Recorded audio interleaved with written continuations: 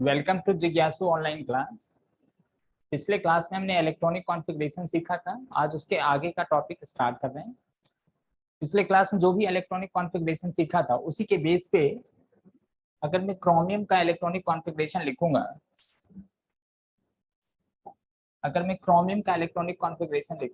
Chromium atomic number 24 configuration लिखेंगे बच्चों। 1s2 2s2 2p6 3s2 3p6 4s2 3d4। आप देखो जो मैंने सिखाया उसके अकॉर्डिंग इलेक्ट्रॉनिक कॉन्फ़िगरेशन यही है। 1s2 2s2 2p6 3s2 3p6 4s2 3d4। But ये कॉन्फ़िगरेशन गलत होगा, तो हमें याद रखना है बच्चों, बहुत इंपॉर्टेंट चीज है, आपके स्कूल एग्जाम में आता ही आता है। कभी भी अगर D4 है तो हमें क्या कर देना है, D5, और अगर D9 है तो D10 कर दें। क्यों करेंगे अभी आगे हम लोग डिस्कस करेंगे। तो यहाँ से देखो इसका एक्चुअल कॉन्फ़िगरेशन होगा 1s2 2s2 2p6 3s2 3p6। इसका एक इलेक्ट्रॉन इसके अंदर आ जाएगा। तो देखो ये this is the right configuration, ये कॉन्फ़िगरेशन राइट है।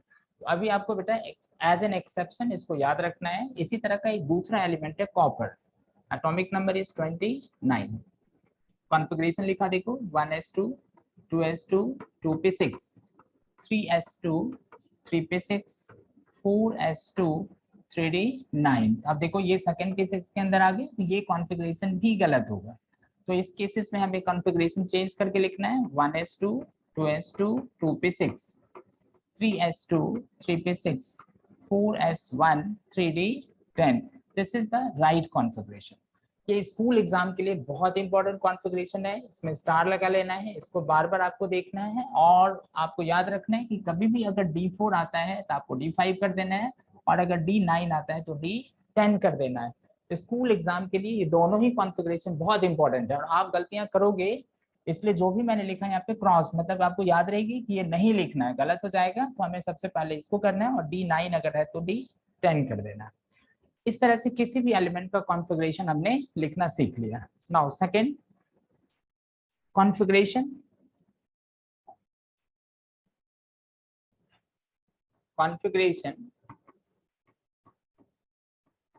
in the form of inert gas, in the form of inert gas, configuration in the form of inert gas। किसी भी एलिमेंट का कॉन्फ़िगरेशन इनर्ट गैस के फॉर्म में कैसे लिखते हैं आपको सीखना है। इसके लिए सबसे पहले मुझे इनर्ट गैस याद रखना है। इनर्ट गैस ये देखो आपका होता है helium, neon, argon, krypton, xenon, radon. Element हो गया बेटा helium, neon, argon, krypton, xenon, radon. Atomic number is 2 10 18 36 54 86। अब आपको लगेगा कि एटॉमिक नंबर इतना जल्दी याद कैसे होता है, इसके लिए एक मैजिक नंबर होता है। देखो ये आपको याद रखना है 2 8 8 18 18 32। अब स्टार्टिंग का देखो मैंने याद कर लिया 2। अब 2 के अंदर 8 ऐड करो, देखो 10 आ गए। 10 के अंदर आपने ऐड कर दिया 8, 18 आ गया। 18 में 18 ऐड कर दो, देखो आपका 36 आ गया। 36 में 18 ऐड कर दिया 54 आ गया, और 54 में 32 ऐड कर दिया 86 आ गया। So this is the magic number. अगर आपको ये याद रहता है 2 8 8 18 18 32, तो आप इजिली एटॉमिक नंबर को याद कर सकते हैं। तो इसके बेस पे किसी भी एलिमेंट का configuration in the form of inert gas कैसे लिखना है, तो कुछ एग्जांपल्स मैं दे रहा हूं, आप देखो। फॉर एग्जांपल मुझे लिखना है लिथियम का कॉन्फ़िगरेशन एटॉमिक नंबर 3। जो कॉन्फ़िगरेशन मैंने लिखना सीखा है 1s2 2s1। अब मुझे क्या देखना है, लिथियम एटॉमिक नंबर 3, इससे ठीक पहले का इनर्ट गैस कौन सा है, हीलियम। ठीक पहले मतलब जस्ट प्रेसिडिंग, कभी भी बाद का नहीं लेना है आपको, हमेशा जस्ट प्रेसिडिंग ठीक पहले का एलिमेंट लेना है। तो पहले का एलिमेंट क्या है, हीलियम, इसको यहाँ पे लिखेंगे। कभी कभी बच्चा बहुत माइन्यूट मिस्टेक करता है, लिख देता है देखो ऐसे, तो ये बेटा आपका गलत हो जाएगा, क्योंकि इसका नोटेशन आपको लिखना कंपलसरी है स्क्वायर ब्रैकेट में। So this is the right configuration, और ये कॉन्फ़िगरेशन हो गया electronic configuration in the form of inert gas. Now अगर सपोज करो मुझे लिखना है नाइट्रोजन का कॉन्फ़िगरेशन एटॉमिक नंबर 7। अब देखो क्या लिखा मैंने, 1s2 2s2 2p3। अब नाइट्रोजन से पहले देखो कौन सा इनर्ट गैस है, तो नाइट्रोजन का एटॉमिक नंबर 7 है, तो डेफिनेटली हीलियम। अब हीलियम मतलब यहाँ से यहाँ तक आपको क्या करना है, हीलियम इसको आज ब्रैकेट लिखना है 2s2 2p3। सपोज करो मुझे लिखना होता है फ्लोरीन का कॉन्फ़िगरेशन, अब आप खुद बता सकते हो। पहले तो मैंने सिंपल कॉन्फ़िगरेशन लिखा 1s2 2s2 2p5। अगेन अब आप बताओ फ्लोरीन से पहले कौन सा इनर्ट गैस है, हीलियम, बिल्कुल सही। तो हीलियम यहाँ से यहाँ हमें क्या लिखना है, हीलियम एंड 2s2 2p5। इस तरह से कुछ एलिमेंट का और देखते हैं। सपोज आपको लिखना है बेटा सोडियम का configuration in the form of inert gas. पहले मैंने सिंपल कॉन्फ़िगरेशन लिखा 1s2 2s2 2p6 3s1। अब आप खुद बता सकते हो बच्चों सोडियम से पहले कौन सा इनर्ट गैस है, नियोन, बिल्कुल करेक्ट आंसर है नियोन, क्योंकि एटॉमिक नंबर 10। तो यहाँ से यहाँ तक देखो नियोन लिखेंगे और इसको स्क्वायर ब्रैकेट लिखना बिल्कुल नहीं भूलना है, गलत हो जाएगा अगर छोड़ दिया तो। और बचा क्या हमारे पास 3s1। इस तरह से अगर मुझे लिखना है फास्फोरस का एटॉमिक नंबर इज 15, कॉन्फ़िगरेशन हो गया 1s2 2s2 2p6 3s2 3p3। Again phosphorus से पहले का इनर्ट गैस नियोन, सो यहाँ से यहाँ तक आपका देखो नियोन हो गया और यहाँ जो बच जाता है उसको आपको लिख देना है, तो 3s2 3p3। अब सपोज करो मुझे लिखना है बेटा कैल्शियम का कॉन्फ़िगरेशन 20, कॉन्फ़िगरेशन लिखा 1s2 2s2 2p6 3s2 3p6 4s2। अब कैल्शियम से पहले इनर्ट गैस कौन सा हुआ, कैल्शियम से पहले का inert gas argon, because atomic number of argon is 18। तो यहाँ से यहाँ तक देखो क्या हो गया बच्चों, आर्गन। इसके बदले में हमने आर्गन लिखा और जो बच गया उसको लिख दिया। इस तरह से किसी भी एलिमेंट का configuration in the form of inert gas हमने सीख लिया। एग्जाम में क्वेश्चन कैसे आते हैं, right the electronic configuration in the form of inert gas. अगर इनर्ट गैस के फॉर्म में आता है इलेक्ट्रॉनिक कॉन्फ़िगरेशन तो ही आपको ऐसे लिखना है। अगर सिंपल कॉन्फ़िगरेशन आ गया कि राइट द इलेक्ट्रॉनिक कॉन्फ़िगरेशन, तो आपको इस तरह से लिखना है। तो क्लियर हो गया बच्चों कि right the electronic configuration in the form of inert gas. So now third electronic configuration, third form में electronic configuration of negative ion. अगर किसी भी एलिमेंट के ऊपर चार्ज माइनस हो तब उसका कॉन्फ़िगरेशन कैसे लिखते हैं। तो माइनस का मतलब क्या होता है, gain of electron. For example अगर मान लो मैंने लिखा यहाँ पे O2 माइनस, अब atomic number of oxygen is 8 and -2 लिखा हुआ है, दैट मींस 2 इलेक्ट्रॉन गेन कर लिया, तो एटॉमिक नंबर हो गया 10, मतलब नंबर ऑफ इलेक्ट्रॉन 10। और इस 10 का कॉन्फ़िगरेशन लिख देंगे 1s2 2s2 2p6। अगर मुझे इसका इनर्ट गैस के फॉर्म में लिखना होता है तो हम सिंपल ऐसे लिख देते नियोन। तो this is the electronic configuration in the form of inert gas. Similarly अगर मान लो मुझे नाइट्रोजन 3 माइनस N3 माइनस का लिखना है, atomic number of nitrogen is 7, 3 minus का मतलब 3 इलेक्ट्रॉन गेन कर लिया, तो टोटल इलेक्ट्रॉन हो गया 10। कॉन्फ़िगरेशन लिख देंगे 1s2 2s2 एंड 2p6। अगर मान लो मुझे लिखना होता फास्फोरस 3 माइनस, अब phosphorus atomic number of phosphorus is 15, कितना इलेक्ट्रॉन गेन किया 3 माइनस मतलब 3, टोटल इलेक्ट्रॉन कितना हो गया 18। 1s2 2s2 2p6 3s2 3p6। अगर मान लो एग्जाम में पूछ दिया right the electronic configuration, sorry right the electronic configuration of p3 negative in the form of inert gas, तो इनर्ट गैस के फॉर्म में देखो टोटल 18 हो गया, इसके बदले में आपको लिख देना है बेटा आर्गन। इस तरह से इनर्ट गैस के फॉर्म में कॉन्फ़िगरेशन हो गया ये। मान लो मुझे लिखना है S2 नेगेटिव, अब सल्फर का एटॉमिक नंबर देखो 16, मतलब 16 इलेक्ट्रॉन्स हो गया, कितना इलेक्ट्रॉन गेन किया 2, टोटल यहाँ पे देखो 18 हो गया। फिर इस 18 का कॉन्फ़िगरेशन लिख दिया मैंने 1s2 2s2 2p6 3s2 3p6। और इसका भी अगर इनर्ट गैस के फॉर्म में लिखना है तो आपको लिख देना है आर्गन। इस तरह से नेगेटिव चार्ज अगर होता है किसी भी एलिमेंट के ऊपर तो इलेक्ट्रॉनिक कॉन्फ़िगरेशन लिखना बहुत आसान होता है, क्योंकि नेगेटिव का मतलब हो गया गेन ऑफ इलेक्ट्रॉन, जितना भी नेगेटिव हो, अगर मान लो किसी भी एलिमेंट के ऊपर -1 चार्ज है मतलब 1 इलेक्ट्रॉन गेन हो गया, -2 चार्ज है 2 इलेक्ट्रॉन गेन हो गया, -3 चार्ज है 3 इलेक्ट्रॉन गेन हो गया, और आपको एटॉमिक नंबर में उसको ऐड कर देना है और फिर इसका कॉन्फ़िगरेशन लिख देना है। जैसे एक बार फिर से आप देखें, P3 negative, atomic number of phosphorus is 15, इसका मतलब हुआ 15 इलेक्ट्रॉन्स हैं, 3 नेगेटिव, 3 इलेक्ट्रॉन ऐड हो गया, टोटल 18 आ गया और इसका कॉन्फ़िगरेशन मैंने लिख दिया। अगर मान लो S2 माइनस है, कॉन्फ़िगरेशन हो गया 16, 2 नेगेटिव, 2 इलेक्ट्रॉन ऐड हो गया, टोटल 18 और इसका कॉन्फ़िगरेशन मैंने लिख दिया। और ये जो कॉन्फ़िगरेशन हो गया इनर्ट गैस के फॉर्म में। सो ये तीसरा टाइप है, थर्ड टाइप था electronic configuration in the form of inert gas. Now fourth type, electronic configuration of positive charge. अगर किसी भी एलिमेंट के ऊपर पॉजिटिव चार्ज होगा तो कॉन्फ़िगरेशन कैसे लिखेंगे?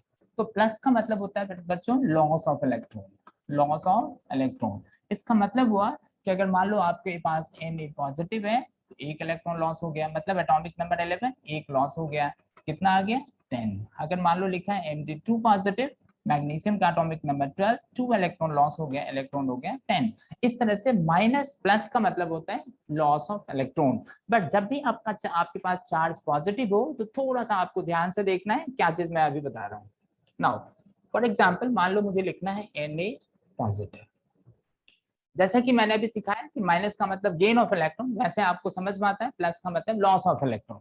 तो सबसे पहले बच्चा क्या करेगा, एटॉमिक नंबर 11, 1 माइनस कर लिया 10 एंड 10 का कॉन्फ़िगरेशन लिख दिया 1s2 2s2 2p6। बट इस मेथड से आपको फॉलो नहीं करना है, इस तरह से आपको नहीं सोचना है अगर चार्ज प्लस है तो। हालांकि ये कॉन्फ़िगरेशन करेक्ट है लेकिन हमें ऐसे नहीं सोचना है। तो हमें कैसे सोचना है, Na पॉजिटिव अगर मुझे लिखना है तो पहले मुझे सोडियम का कॉन्फ़िगरेशन लिखना है 11, 1s2 2s2 2p6 3s1। अब मुझे इससे एक इलेक्ट्रॉन को रिमूव करना है। तो देखो 11 था, एक माइनस कर दिया 10। लेकिन जब आप माइनस करते हो तो आपको ये देखना है कि न्यूक्लियस से डिस्टेंस ज्यादा किस में है। अगर न्यूक्लियस से डिस्टेंस ज्यादा होता है इसका मतलब है कि फोर्स ऑफ अट्रैक्शन कम होता है। फॉर एग्जांपल अगर मान लो बेटा हमने यहाँ पे न्यूक्लियस ले लिया, ये देखो आपका फर्स्ट सेल हो गया, ये आपका सेकंड सेल हो गया, ये आपका थर्ड सेल हो गया।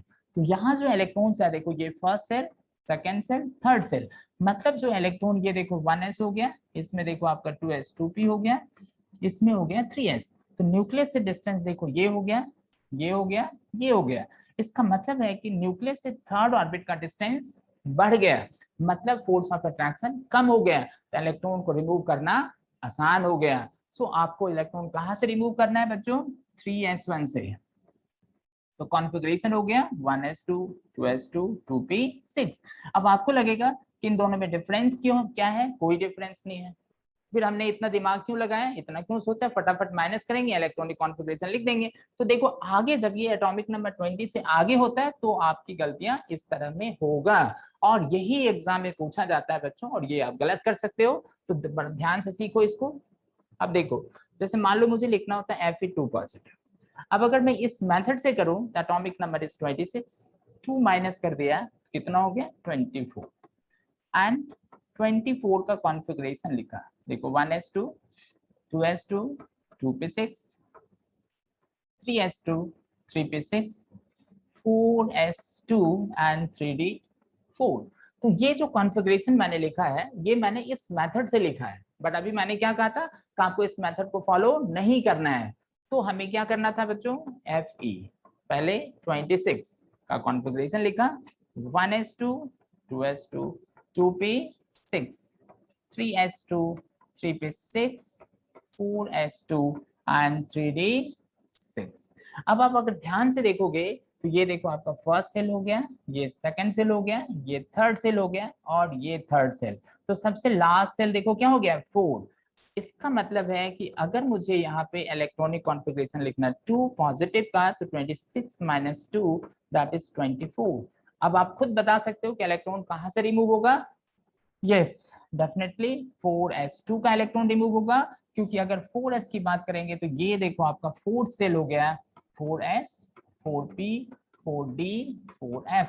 तो डिस्टेंस 4s का सबसे ज्यादा है इसलिए इलेक्ट्रॉन कहाँ से रिमूव होगा 4s से। रिमूव करने के बाद जो कॉन्फ़िगरेशन है 1s2 2s2 2p6 3s2 3p6 3d6। अब आप कंपैरिजन करेंगे बच्चों इन दोनों को, तो देखो ये गलत हो गया and this is correct configuration. So मेरे हिसाब से आपको समझ में आ गया होगा कि अगर प्लस होगा तो हमें क्या करना है बच्चों, सबसे पहले न्यूट्रल एलिमेंट का कॉन्फ़िगरेशन लिखना है एंड देन माइनस करना है सेल को देखते हुए, ऑर्बिट के डिस्टेंस को देखते हुए, जिसका डिस्टेंस सबसे ज्यादा होगा इलेक्ट्रॉन आपको वहां से रिमूव करना है। करेक्ट। नेक्स्ट कुछ एलिमेंट का और देखते हैं। जैसे मान लो मुझे लिखना है, अब आपको समझ में आ गया होगा तो डायरेक्ट लिख रहा हूँ निकेल 2 पॉजिटिव। तो क्या सीखा है बच्चों, पहले आपको निकेल 28 का कॉन्फ़िगरेशन लिखना है। तो देखो मैंने लिखा 1s2 2s2 2p6 3s2 3p6 4s2 3d8। अब मुझे लिखना है Ni2 पॉजिटिव। 2 पॉजिटिव का मतलब हो गया 28 माइनस 2 26। इलेक्ट्रॉन कहां से रिमूव हो गया, 1s2 2s2 2p6 3s2 3p6 and 3d8 because इसका ऑर्बिट नंबर सबसे ज्यादा है। That means distance from the nucleus increases, force of attraction decreases and अगर इलेक्ट्रॉन मैं यहाँ से रिमूव करूंगा एनर्जी कम लगता है। अब एक चीज और सब सीखना है बच्चों, अगर मान लो इस पे Ni3 पॉजिटिव होता मतलब 28 माइनस 3 25। तो देखो अभी मैंने क्या सिखाया कि 2 इलेक्ट्रॉन यहाँ से रिमूव हो जाएगा, तो वो तो करेक्ट है, लेकिन एक इलेक्ट्रॉन और रिमूव करना है। तो अब आप देखोगे कि इन तीनों का ऑर्बिट नंबर सेम है 3s 3p 3d। अगर ऑर्बिट नंबर सेम है, ये देखो हमारा न्यूक्लियस हो गया बच्चों, ये आपका फर्स्ट सेल हो गया, सेकेंड सेल हो गया, थर्ड सेल हो गया। तो third cell that is 3s 3p 3d। तो यहां से डिस्टेंस देखो क्या हो गया, सेम। तो कभी कभी आंखें भी धोखा खा जाती है, देखने में क्या लग रहा है 3s 3p 3d, that means orbit number is same. तो ऐसे केसेस में बच्चे कंफ्यूज करते हैं, तो आपको एक टर्म याद रखना है, नोट करके इसको लिखना है, नोट करके, if orbit number is same, if orbit number is same, then s orbital is nearer to the nucleus, s orbital is nearer to the nucleus, nearer to the nucleus and इसका नाम दिया गया है penetration effect, penetration effect। अलग से भी पूछा जा सकता है, what do mean by penetration effect. So if orbit number is same then s orbital is near to the nucleus. इसका मतलब ये हुआ कि देखो 3s 3p 3d near to the nucleus मतलब डिस्टेंस फ्रॉम द न्यूक्लियस इसमें सबसे कम होगा, थोड़ा इसमें ज्यादा होगा, इसमें सबसे ज्यादा होगा। इसका मतलब है कि फोर्स ऑफ अट्रैक्शन यहाँ सबसे ज्यादा होगा, थोड़ा कम होगा, थोड़ा और कम होगा। तो इलेक्ट्रॉन हम कहाँ से रिमूव करेंगे, 3d से। और अगर 3d से इलेक्ट्रॉन रिमूव करेंगे तो कॉन्फ़िगरेशन देखो आपके पास क्या आ गया, 1s2 2s2 2p6 3s2 3p6 and 3d7। तो इस तरह से किसी भी एलिमेंट का कॉन्फ़िगरेशन हम लिख सकते हैं, राइट।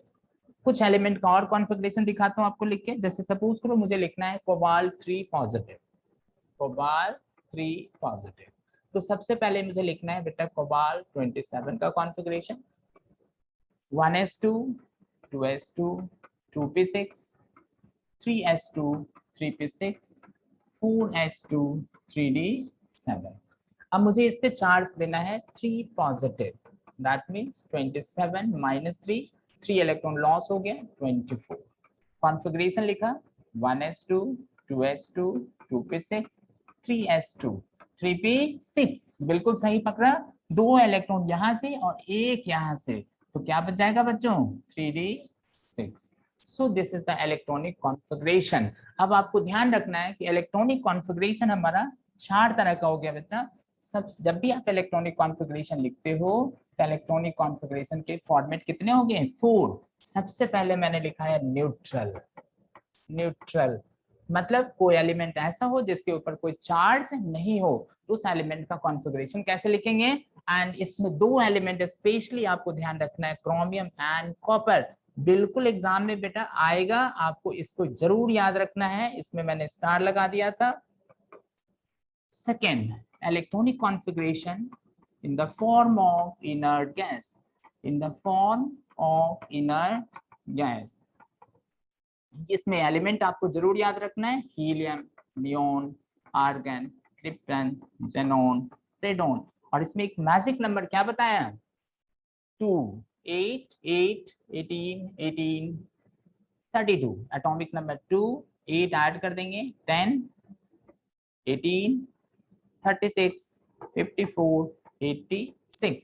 तो इस तरह से किसी भी एलिमेंट का कॉन्फ़िगरेशन हमें लिखना है इनर्ट गैस के फॉर्म में। तीसरा बताया कि अगर किसी भी एलिमेंट के ऊपर नेगेटिव चार्ज होगा तो उसका कॉन्फ़िगरेशन कैसे लिखेंगे।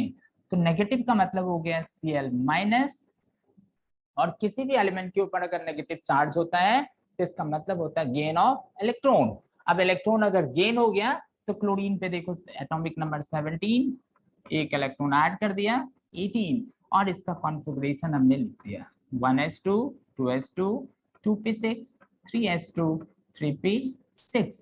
अगर इसी को इनर्ट गैस के फॉर्म में लिखना होता तो 18, that means atomic number argon. तो ये हो गया इनर्ट गैस के फॉर्म में। तो नेगेटिव का लिखना बहुत आसान है, क्योंकि सीधा आपको ऐड कर देना है इलेक्ट्रॉन्स और इलेक्ट्रॉनिक कॉन्फ़िगरेशन लिख देना है। उसी तरह से किसी एलिमेंट के ऊपर पॉजिटिव चार्ज अगर हो तो इलेक्ट्रॉनिक कॉन्फ़िगरेशन कैसे लिखेंगे। इन जनरल पॉजिटिव का मतलब होता है लॉस ऑफ इलेक्ट्रॉन, बट आपको ध्यान रखना है इसमें, अभी मैंने बताया था कि जब भी आप पॉजिटिव चार्ज का कॉन्फ़िगरेशन करेंगे तो पहले आपको न्यूट्रल एलिमेंट का लिखना है, उसके बाद देखना है डिस्टेंस फ्रॉम द न्यूक्लियस किस में ज्यादा है, जिसमें ज्यादा होगा इलेक्ट्रॉन वहां से रिमूव करेंगे क्योंकि अट्रैक्शन फोर्स कम हो जाएगा। तो एक एग्जांपल फिर से बता देता हूं आपको निकेल 28। मान लो मुझे कॉन्फ़िगरेशन लिखना होता है बेटा Na2 पॉजिटिव का, तो पहले हमें निकेल का लिखना कॉन्फ़िगरेशन। ध्यान दो मैं क्या बता रहा हूँ, पहले एलिमेंट जिस पे कोई चार्ज नहीं है न्यूट्रल का लिखना है, उसके बाद मुझे चार्ज को लेना है 1s2, 2s2, 2p6, 3s2, 3p6, 4s2 and 3d8। अब यहाँ पे देखो मैंने चार्ज कैरी किया 28, 2 पॉजिटिव मतलब लॉस ऑफ 2 इलेक्ट्रॉन, और इसको लिखा 1s2, 2s2, 2p6, 3s2, 3p6। और कहां से इलेक्ट्रॉन रिमूव होगा, अब आप बिल्कुल 100% करेक्ट आंसर बताएंगे, यस 4s2 से। तो 4s2 से रिमूव हो गया तो एलिमेंट का कॉन्फ़िगरेशन क्या हो गया 38। इस तरह से किसी भी एलिमेंट का कॉन्फ़िगरेशन हम लिख सकते हैं। करेक्ट, आ गया बच्चों समझ में। तो there are 4 type of electronic configuration, जिसमें आपके स्कूल एग्जाम के लिए सबसे इंपॉर्टेंट क्या हो गया, न्यूट्रल में क्रोमियम एंड कॉपर। बिल्कुल याद रखना, पेपर में आता ही आता है, ऑलवेज हर स्कूल के एग्जाम में ये आता है अगर आपका चैप्टर ये आ रहा है। सेकेंड, पॉजिटिव चार्ज वाला configuration, this is very important configuration, exam में आते हैं। एंड ये बाकी तो एग्जाम के लिए कुछ भी पूछा जा सकता है, बट ये 2 टाइप जिस पे आपको फोकस रखना है, इसमें गलतियां करते हैं बच्चे तो इस पे आपको फोकस रखना है। So all the type of electronic configuration finish, सभी एलिमेंट का कॉन्फ़िगरेशन हमारा कंप्लीट हो गया है। नाउ इसके आगे का टॉपिक स्टार्ट कर रहा हूं मैं। अब आप देखो एक दूसरी चीजें बताता हूं, जैसे हमने क्या सीखा कि s ऑर्बिटल के अंदर इलेक्ट्रॉन क्या होता है 2, p के अंदर इलेक्ट्रॉन 6, d के अंदर इलेक्ट्रॉन 10, f के अंदर इलेक्ट्रॉन 14। अगर मैं इसको 2 से डिवाइड कर दूं तो सबसे पहला क्वेश्चन बच्चों आपका होगा कि 2 से डिवाइड क्यों किया। तो 2 से डिवाइड करने के बाद देखो ये क्या आ गया 1, 3, 5, 7। ये जो 1, 3, 5, 7 आया है 1, 3, 5, 7 are called sub orbital. Orbital का ये टाइप्स होता है। तो देखो एक आया है, एक बक्सा बना देंगे, एक बॉक्स बना दिया, that is called one sub orbital of S orbital. P के अंदर देखो 3 आ गया, तो 3 बक्से को फॉर्म कर देना, 3 बॉक्स, आपको 3 बॉक्स इस तरह से बनाना है, लेकिन इसका नाम याद रखना है p x, p y, p z, ये जरूर याद रखोगे। उसी तरह से डी के अंदर 5 हो गया तो 5 बॉक्स का फॉर्मेशन कर देना है, एंड इसका नाम हो गया बेटा d x y, d y z, d z x, d x square minus y square and d z square. बच्चों के दिमाग में 2 क्वेश्चन यहाँ पे आया होगा कि what are the significance of p x, p y, p z, इसका सिग्निफिकेंस क्या है और मैंने 2 से डिवाइड क्यों किया है। तो 2 से डिवाइड करना आपको समझ में आ गया कि हर बॉक्स के अंदर 2 इलेक्ट्रॉन्स होगा, 2 इलेक्ट्रॉन्स हर बॉक्सेस के अंदर होंगे। कितने इलेक्ट्रॉन्स होगा? 2 इलेक्ट्रॉन्स, इसलिए मैंने 2 से डिवाइड किया है। क्योंकि देखो अगर आपके पास टोटल इलेक्ट्रॉन 6 है, 2 से डिवाइड किया 3 हो गया, और अगर सभी जगह 2-2 इलेक्ट्रॉन ऐड कर दोगे तो टोटल इलेक्ट्रॉन कितना हो गया? 6, इसलिए मैंने 2 से डिवाइड किया। बाकी जो इसका सिग्निफिकेंस है अभी हम लोग आगे पढ़ेंगे इसी चैप्टर के अंदर, तो नेक्स्ट लेक्चर आपको अटेंड करना है। अगर नेक्स्ट लेक्चर आप अटेंड करोगे तो आपको ये समझ में आएगा कि what are the significance of px, py, pz और dxy, dyz, dzx and dx square minus y square. So इसमें अब हम दूसरा चीज सीखेंगे कि filling of electrons in the orbitals, orbital के अंदर इलेक्ट्रॉन को फिल कैसे करेंगे। एक रूल आपको बेटा पढ़ना होता है, ध्यान से सुनना है, Hund's rule, Hund's rule of maximum multiplicity, maximum multiplicity। ये आपको एग्जाम में पूछा जा सकता है कि explain Hund's rule of maximum multiplicity। इन्होंने क्या कहा ये हमें समझना है। इन्होंने कहा कि each suborbital initially contain 1 electron। हर ऑर्बिटल में पहले आपको एक एक इलेक्ट्रॉन फिल करना है, अगर इलेक्ट्रॉन बच गया तो पेयरिंग करेंगे। फॉर एग्जांपल अगर मान लो मुझे p1 इलेक्ट्रॉन है, अब p के अंदर इलेक्ट्रॉन कितने हो गए? 1, तो 1 हो गया तो देखो आपके पास इसके अंदर बॉक्सेस कितने हैं? 3 सब ऑर्बिटल है, एक इलेक्ट्रॉन है बेटा, इसको आप हाफ एरो से भी फिल कर सकते हो, आप इसको कंप्लीट एरो से भी फिल कर सकते हो, आप इसको देखो ऐसे भी बना सकते हो एंड आप इसको ऐसे भी बना सकते हो। But according to NCERT book, NCERT में हमेशा या तो ऐसे लिया गया है, ऐसे लिया गया है, इस तरह से नहीं लिया गया है, बट एंट्रेंस में आप कोई भी लिख सकते हो।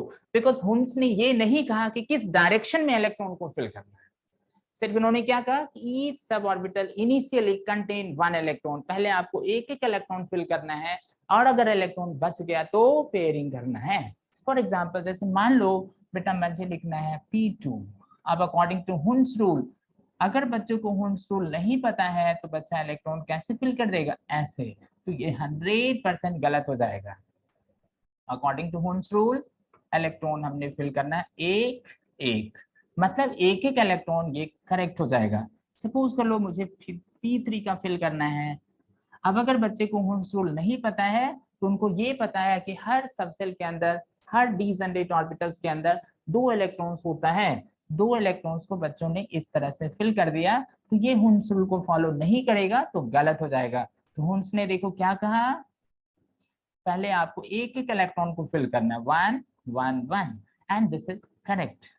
तो हुंस रूल ने क्या कहा, समझ में आ गया बच्चों कि पहले हमें क्या करना है, एक एक इलेक्ट्रॉन को फिल करना है हर बक्से के अंदर, और जब इलेक्ट्रॉन बच जाता है तो हमें क्या करना है? पेयरिंग करना है। इसका मतलब हुआ कि अगर मान लो हमने लिखा यहाँ पे P4, अब P4 के अंदर अब आपके पास ऑर्बिटल्स हैं 3, तो देखो 1 2 3 एंड 4th बच गया, अब इसको इस तरह से फिल करना है and this is known as paired electron.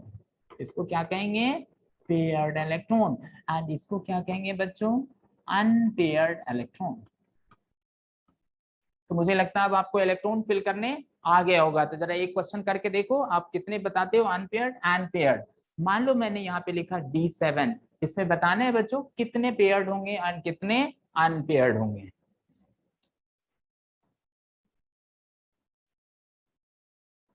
तो देखो जैसे d ऑर्बिटल आ गया 5, तो 1 2 3 4 5 6 7, कुछ बच्चों ने बिल्कुल करेक्ट आंसर दिया है, ये हो गया आपका पेयर्ड इलेक्ट्रॉन, और ये क्या हो गया? Unpaired electron. So unpaired electron is 3। तो अब आपको अनपेयर्ड इलेक्ट्रॉन निकालने आ गया है। इसी के बेस पे एक क्वेश्चन आता है, आप क्वेश्चन नोट करो बच्चों, right the unpaired electrons, write the unpaired electron, write the unpaired electron in Ni2 positive। अब देखो Ni2 पॉजिटिव, दैट मीन्स आपको कॉन्फ़िगरेशन याद हो गई कैसे लिखेंगे, और आपको एटॉमिक नंबर एटलीस्ट 1 to 30 आपको याद करना है। आप नहीं याद करोगे क्वेश्चन का आंसर गलत हो जाएगा। सो सबसे पहला काम देखो क्या किया मैंने, निकल 28 कॉन्फ़िगरेशन लिखा 1s2 2s2 2p6 3s2 3p6 4s2 3d8। But हमारे पास चार्ज है 2 पॉजिटिव, 2 पॉजिटिव का मतलब 28 माइनस 2 26। अब कॉन्फ़िगरेशन लिखा 1s2 2s2 2p6 3s2 3p6, कहां से इलेक्ट्रॉन रिमूव होगा 4s2 से, बचा क्या 3d8। अब हमें कैसे पता चलता है कि किसमें अनपेयर्ड इलेक्ट्रॉन प्रेजेंट है, पेयर्ड है या अनपेयर्ड है, तो आपको ये याद है पहले से, P के अंदर 6 इलेक्ट्रॉन, D के अंदर 10 इलेक्ट्रॉन, F के अंदर 14 इलेक्ट्रॉन, इसको आपको ध्यान रखना है। तो यहाँ से यहाँ तक देखो कंप्लीटली पेयर्ड है, बिकॉज कंप्लीट इलेक्ट्रॉन्स है। देखो P के अंदर 6, S के अंदर 2p, लेकिन इसमें देखो D में होते हैं मैक्सिमम इलेक्ट्रॉन 10, जबकि यहाँ पे कितना है 8। इसका मतलब हुआ कि D ऑर्बिटल के अंदर इलेक्ट्रॉन अनपेयर्ड होगा। तो 1 according to ohms rule, 2 3 4 5 6 7 8, so number of unpaired electron is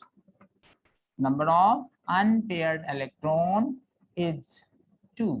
तो इस तरह से किसी भी ऑर्बिटल के अंदर हम number of unpaired electron find out कर सकते हैं। एक और एग्जांपल आपके लिए, मान लो मुझे निकालना होता है CO3 पॉजिटिव में अनपेयर इलेक्ट्रॉन, तो सबसे पहला काम cobalt, atomic number is 27, configuration लिखा 1s2 2s2 2p6 3s2 3p6 4s2 3d7। अभी मैंने बताया था कि चार्ज 3 पॉजिटिव, इसका मतलब है 27, 3 इलेक्ट्रॉन लॉस हो गया, 24 बच गया, कॉन्फ़िगरेशन हो गया 1s2 2s2 2p6 3s2 3p6, 2 यहाँ से 1 यहाँ से, 3d6।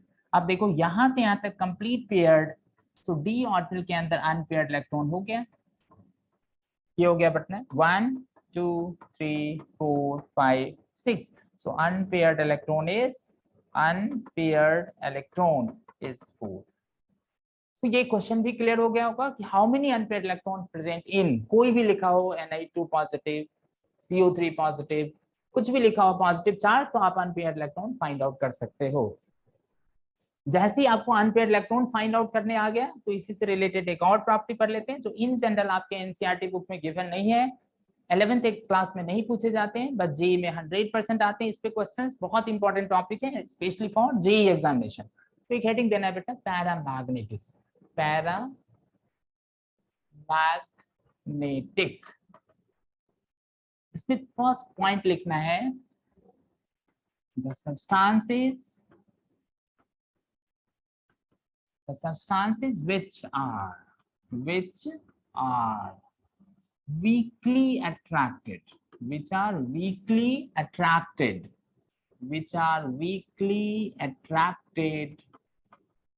by the magnetic field,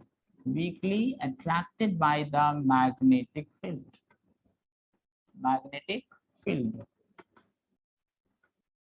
तो ये जो डेफिनेशन मैंने लिखा, this is the theoretical definition. इससे आप ये नहीं पता कर पाओगे कि कौन सा एलिमेंट, कौन से आयन, कौन से मॉलिक्यूल, कौन से एटम पैरामैग्नेटिक है, क्योंकि आपके पास क्वेश्चन पेपर होते हैं, उसमें ना तो कंपाउंड होता है ना तो मैग्नेट होता है, तो आप ये चेक नहीं कर पाएंगे बेटा कि weekly attracted by the magnetic field. But अगर एग्जाम में आता है डिफाइन, तो यही लिखना है। सेकेंड पॉइंट कैसे डिसाइड करते हैं, तो देखो ऐसे ही आपको याद रखना है, those atom, molecules or ions contain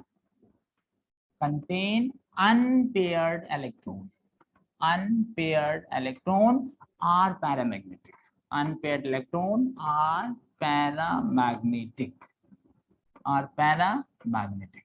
क्या लिखा, किसी भी एलिमेंट के अंदर, किसी भी एटम में, मॉलिक्यूल में, आयंस में अगर अनपेयर्ड इलेक्ट्रॉन हो तो 100% the species are called paramagnetic. मतलब ये हुआ कि अगर एक भी इलेक्ट्रॉन अनपेयर्ड होगा तो आपको क्या बताना है, पैरामैग्नेटिक। फिर यहाँ पे सेकंड क्वेश्चन रेज होता है कि अगर मान लो 2 आयंस आ गया, कंपैरिजन करने के लिए आ गया, व्हिच वन इज मोर और लेस पैरामैग्नेटिक, उसको समझने के लिए आपको तीसरा पॉइंट याद रखना है, number of unpaired electron increases, paramagnetic moment increases, paramagnetic moment increases. तो देखो ये क्वेश्चन भी आपने सॉल्व कर लिया कि अगर हमें कंपैरिजन करना है दो एलिमेंट का, दो आयंस का, दो मॉलिक्यूल्स का, तो मुझे क्या करना है, नंबर ऑफ अनपेयर्ड इलेक्ट्रॉन निकाल लेना है। और जैसे अनपेयर्ड इलेक्ट्रॉन निकाल लिया तो आपको पॉइंट पता है कि number of unpaired electron increases, paramagnetic moment increases. इस पॉइंट से आप कंपैरिजन करके बता सकते हो कि विच वन इज मोर और less paramagnetic. Sometime paramagnetic moment calculate करने भी आता है, तो आपको एक फॉर्मूला लिखना है, mu is equal to n into n plus 2। इसमें जो n लिखा मैंने, that is number of unpaired electron, and mu stands for paramagnetic moment, paramagnetic moment।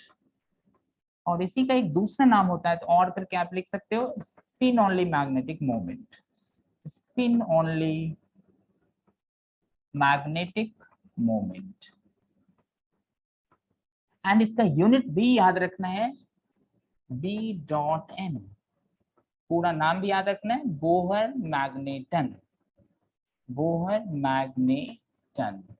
तो इस तरह से इस फॉर्मूला से हम किसी भी एलिमेंट का किसी भी आयंस का मैग्नेटिक मोमेंट कैलकुलेट कर सकते हैं। सो कैसे कैलकुलेट करेंगे, तो एक क्वेश्चन कर लेते हैं इसके ऊपर। Question, find the spin only magnetic moment, spin only magnetic moment, spin only magnetic moment, find a spin only magnetic moment of a divalent, फिर से एक नया वर्ड आ गया बच्चों, divalent metal, and in bracket लिख दिया Z इज इक्वल टू 25।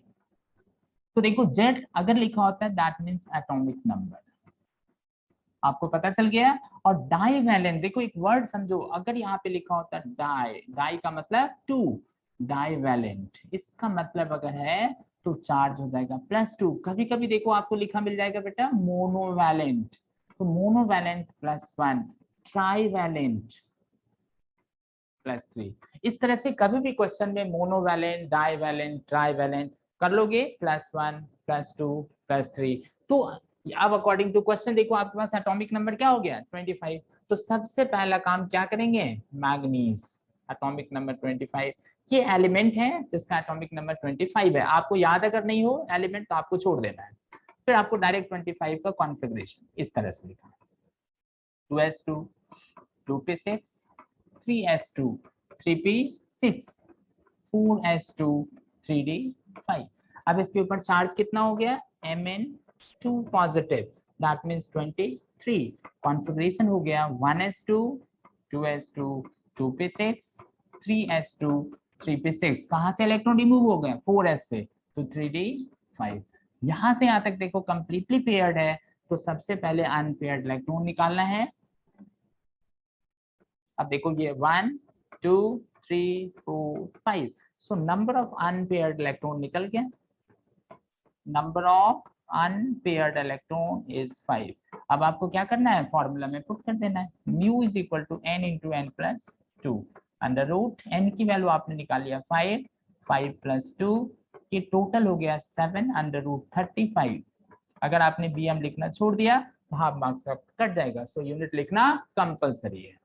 इस तरह से find the spin only magnetic moment of divalent metal. एक बार जल्दी से इसको फटाफट देख लो, फिर सेकंड क्वेश्चन आपको खुद से करना है।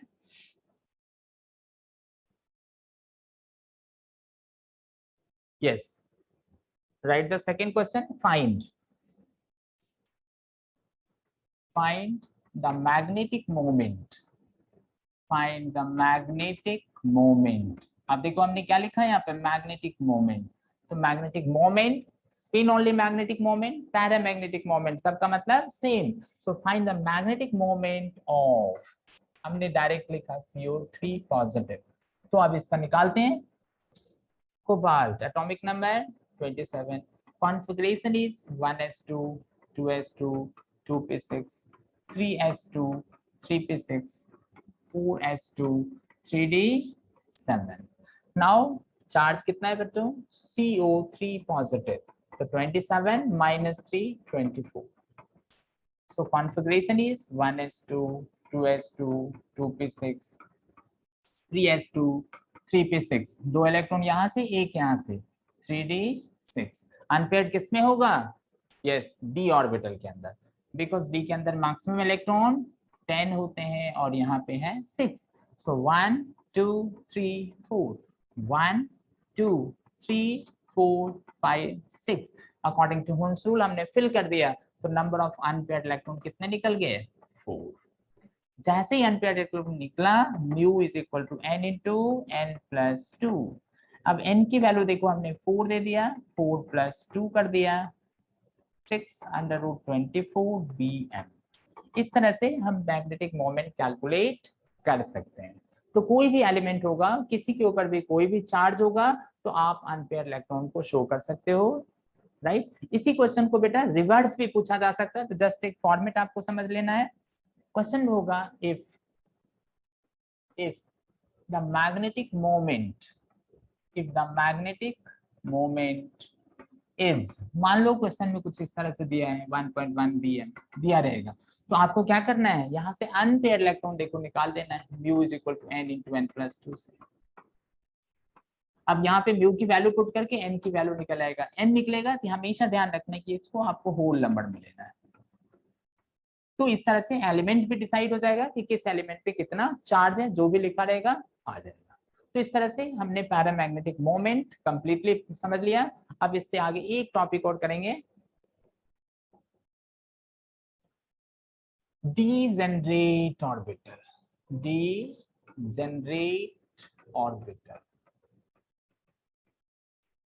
The orbitals which have, ये 11th क्लास में पूछे जाते हैं डेफिनेशन के अंदर. The orbitals which have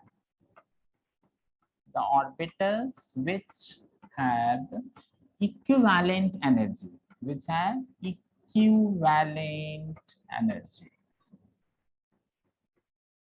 called degenerate orbitals. जिस ऑर्बिटल की एनर्जी इक्विवेलेंट होता है उसको हम लोग क्या कहेंगे? degenerate orbitals. For example P के अंदर अभी हमने पीछे पढ़ा, इसके अंदर 3 सब सेल होते हैं, सब ऑर्बिटल्स होता है px, py एंड pz. इनका एनर्जी इक्विवेलेंट होता है, इसलिए इसको क्या कहा जाएगा? degenerate orbitals. इसी तरह से अगर D के अंदर हम देखें तो इसके अंदर 5 सबसेल थे, dxy, dyz, dzx, dx square minus y square and dz square.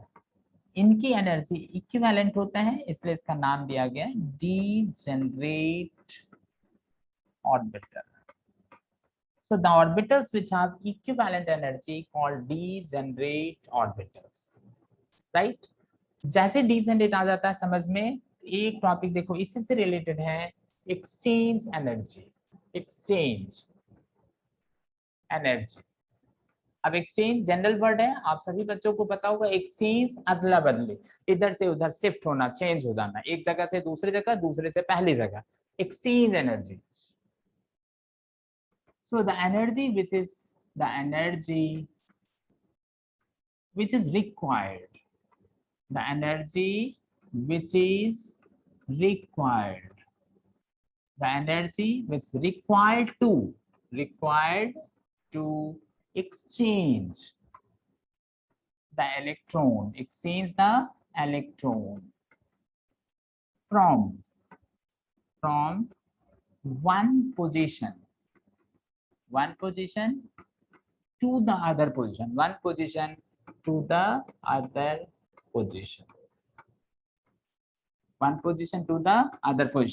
it is applicable, condition याद रखना बेटा, it is applicable only for the degenerate orbital.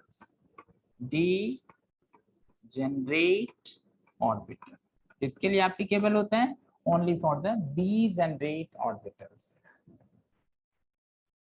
these and 8 orbitals. तो आज इतना ही, अगली क्लास में हम लोग नेक्स्ट लेक्चर, अभी थोड़ा सा पार्ट इसका बच गया है, आपको लेक्चर मिस नहीं करना है, अदरवाइज आपका छूट जाएगा। बहुत इंपॉर्टेंट टॉपिक अगले क्लास में डिस्कस करने जा रहे हैं, जिससे एक क्वेश्चन जेई एग्जाम में 100% आता ही आता है। बहुत ध्यान से अगला लेक्चर आप बिल्कुल मिस नहीं करेंगे बच्चा। Okay, thank you.